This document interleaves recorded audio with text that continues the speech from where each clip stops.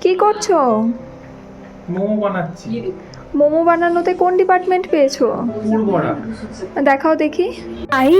চলে এলাম অনেক দিন পর একটা মিনি ব্লগ নিয়ে। হায়দ্রাবাদে থাকার জন্য কলকাতার অনেক খাবারকে মিস করলেও সবকিছু সবসময় হয়তো এখানে পেয়ে ওঠা হয় না, বা বলা যায় বেশিরভাগটাই হয়তো আমরা এখানে সেটা পাই না। এই যেমন দেখো না, স্টিম মোমো স্যুপ দিয়ে খেতেই আমরা দুজন ভীষণ ভালোবাসি, কিন্তু এখানে তো কোথাও পাওয়া যায় না। সেই জন্য বাড়িতেই একদিন প্ল্যান করলাম বানানোর। আর দেখো তো বড়মশাই কি সুন্দর মোমোগুলোতে শেপ দিয়েছে। বিয়ের পরেই আমার রান্নার হাতে খড়ি। না না, বিয়ের আগে একদম অকম্যের ঢেকে ছিলাম না।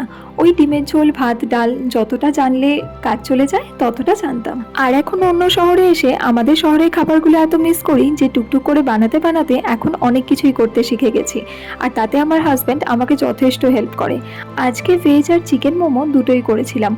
ভেজটা ওনার খুব পছন্দ আর চিকেনটা আমার।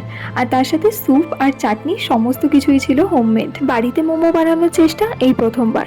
প্রথমবার হোক আর যতবারই হোক, কোনো কিছু বানিয়ে যদি দেখা যায় যে সামনের মানুষগুলো খুব তৃপ্তি করে খাচ্ছে, আমার মনে হয় তাতেই তার সার্থকতা। আর ইচ্ছাটাও দ্বিগুণ হয়ে যায়। চলো, বাই।